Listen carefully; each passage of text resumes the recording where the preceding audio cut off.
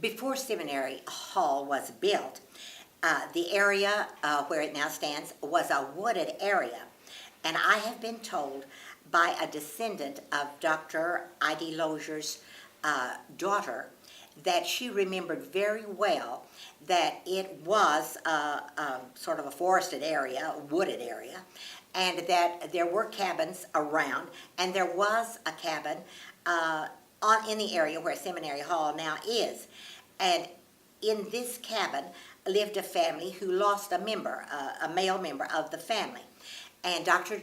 Lozier's daughter remembered going to visit that family, having heard of the death of the father or grandfather, whoever he was, of the family, and taking food as we do today.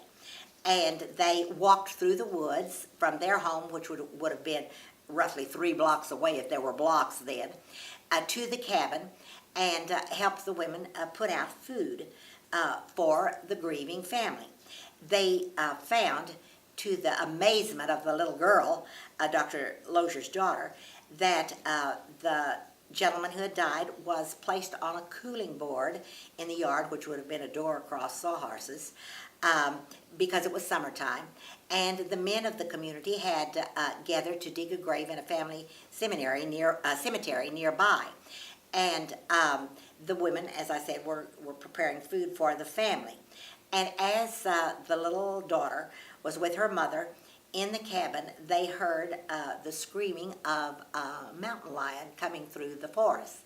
And the child, the little daughter of Dr. Lozier, was amazed and probably frightened as the men who were working there carried the body into the cabin and closed the shutters and doors on the cabin. And the lion got on the roof of the cabin and scratched and screamed. And that was a memory that remained with that little girl, and she passed that memory on to her children and her grandchildren. That area certainly changed with the burning of the seminary, the female seminary in Park Hill, because the Cherokee Nation Council immediately decided to rebuild the female seminary, and they decided to place it where it is now. And so those woods were cut down and the building was started.